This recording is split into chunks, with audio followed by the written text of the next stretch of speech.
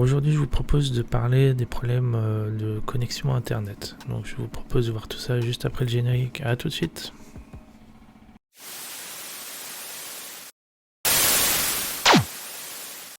La première des questions qu'il faut se poser quand on a des problèmes de connexion internet, c'est savoir si ça a déjà fonctionné auparavant ou si ça n'a jamais fonctionné. Donc on va partir du postulat où ça a déjà fonctionné. Si c'est le cas, il faut vérifier si vous n'avez pas installé un logiciel récemment qui pourrait bloquer les entrées sur Internet de type firewall ou éventuellement un VPN ou même un routeur matériel. Si tel est le cas, essayez de faire sans pour voir si vous arrivez de nouveau à retrouver Internet. Si vous arrivez à retrouver, c'est que c'était effectivement physique. Donc dans ces cas-là, il va falloir que vous revoyiez la configuration de votre pare-feu ou du routeur éventuellement, sachant que vous ne pouvez pas installer deux routeurs sur un même réseau parce que d'office votre box est un routeur, donc deux routeurs ne peuvent pas communiquer. Donc il faut que vous utilisiez le mode switch de votre routeur éventuellement si vous avez un routeur. Donc ça c'était pour le problème éventuellement que ça a déjà fonctionné. On va partir du postulat maintenant que ça n'a jamais fonctionné. Donc si tel est le cas, ça peut être un problème d'installation. Donc ce qu'il va falloir regarder dans un premier temps, c'est les voyants de la box. Ça c'est la première des choses à faire, c'est regarder la box. Si les voyants sont au vert, c'est que c'est fonctionnel, vous n'avez pas de problème de désynchro ou de problème de fibre. Et si c'est rouge ou orange ou une couleur différente, à ce moment-là, je vous invite à voir avec votre opérateur. C'est peut-être soit un problème, si c'est les voyants sont orange ou rouge, un problème soit de désynchronisation sur les attentes ADSL, ça peut être une coupure fibre, ça peut être plein de choses. Mais dans ces cas-là, il vaut mieux voir avec votre opérateur. Ils ont des outils en interne pour vérifier exactement si c'est un problème, ce qu'on appelle un incident générique ou non, voilà. Donc ça, ils seront à même de vous répondre. Si par contre c'est au vert, une des premières des choses à faire, c'est d'essayer directement un câble Ethernet sur votre box et tester si vous arrivez à avoir en fait une connexion. Si déjà avant de tester la connexion, c'est de vérifier en fait l'état des voyants de la carte Ethernet. Donc si vous avez un portable, là où vous branchez votre câble Ethernet, en fait vous avez une LED qui doit normalement clignoter. Alors, en général c'est en orange. C'est pas la couleur n'a pas d'importance, mais c'est vraiment savoir si ça clignote par intermittence. Si ça clignote par intermittence, ça veut dire qu'il y a bien une liaison entre votre box et votre ordinateur. Donc normalement, si ça clignote, vous lancez une page internet et c'est fonctionnel. Voilà, ça c'est possibilité que vous pouvez rencontrer. Si quand vous branchez le câble, il n'y a pas du tout, la LED ne bouge pas, soit ça peut être le câble qui est défectueux, soit ça peut être le port du câble Ethernet. Donc ça, il faudrait dans ces cas-là faire ce qu'on appelle un test croisé, c'est-à-dire tester avec un autre câble. Si avec un autre câble ça fait pareil, ça serait de tester avec un PC. C'est pas toujours évident, mais si vous avez l'occasion, quelqu'un qui a un PC, c'est lui demander de venir et de tester avec son ordinateur. Si lui il arrive à se connecter, c'est que ça vient de votre ordinateur. Donc là c'est un problème matériel et donc il faudra le faire réparer ou éventuellement vous pouvez essayer de voir, peut-être que vous pouvez trouver ce qu'on appelle des câbles Ethernet en USB, c'est-à-dire un port USB et un câble Ethernet de l'autre. Ça peut combler le port, ça peut être une solution alternative. Donc voilà, ça c'est une possibilité des cas que vous pouvez rencontrer. Par contre, vous arrivez à avoir l'interconnexion entre votre box et votre ordinateur, c'est-à-dire que la LED est bien, vous voyez que ça clignote. Dans ces cas-là, la première des choses à faire, c'est, si vous n'arrivez toujours pas à avoir de connexion, c'est pas de connexion, mais de navigation, parce que là, le problème de connexion est résolu, ce serait peut-être un problème de navigation. Donc dans ces cas-là, on va voir ensemble comment vérifier si vous arrivez sans parler de navigateur, on va essayer de détecter, voir si déjà votre box attribue bien une adresse IP à votre ordinateur. Donc on va voir ensemble comment effectuer cette manipulation. Donc l'étape à suivre sur Mac, c'est qu'on va aller dans le menu pomme, préférences système, et ensuite on va aller dans réseau. Ici en fait on va retrouver à gauche les différentes connexions que vous utilisez, donc soit en Ethernet, soit en Wi-Fi. Et sur la partie droite, c'est là où vous allez retrouver l'adresse IP. Et c'est là où vous allez voir si vous adressez la bonne adresse IP. Donc en local, une adresse par défaut est en 192.168, etc. Si vous attribuez cette bonne adresse, c'est que c'est fonctionnel. Et en général sur Mac, le voyant il est au vert. S'il est au vert, c'est que c'est bon.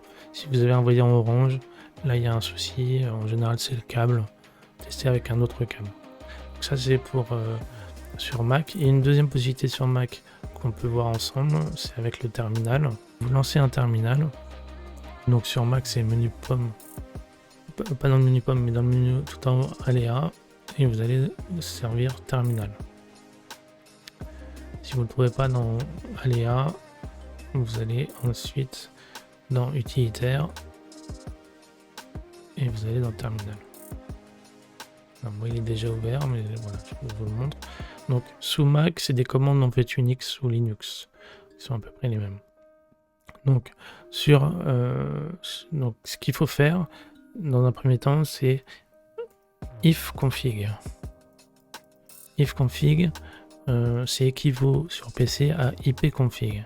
Donc, je vous le marque, ipconfig. Vous pouvez mettre /all si vous voulez avoir toutes les informations des différentes cartes. Mais le mieux, vous mettez ipconfig, ça suffit. Vous aurez moins d'informations et c'est peut-être, si vous en avez trop, vous allez être noyé dans les informations. Donc laissez sur ipconfig. Donc si vous avez une adresse qui est en 169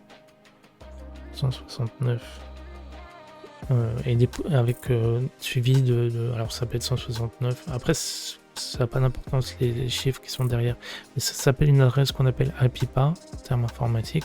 C'est une adresse en fait un peu fictive. Ça veut dire qu'il y a un souci système. Donc ça veut dire que votre box va envoyer une demande à votre ordinateur, mais l'ordinateur n'arrive pas à interpréter. Ça peut être un souci de carte réseau, ça peut être un souci, alors pas forcément physique, hein, mais le périphérique de la carte réseau. Vous pouvez essayer de la réinstaller. Ça peut être le système en lui-même qui pose problème. Ça peut être plein de choses. Et 169, c'est pas bon signe. C'est souvent un problème physique.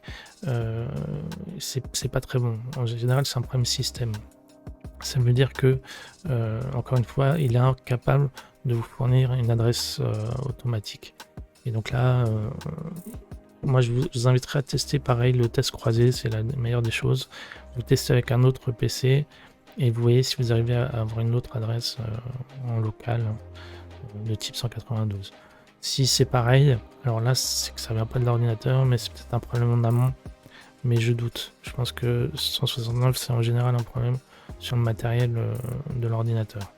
Bah, ça peut être un problème de box aussi. Hein. Je dis ça, mais ça peut être un problème de box. Donc ça c'est une chose aussi à voir.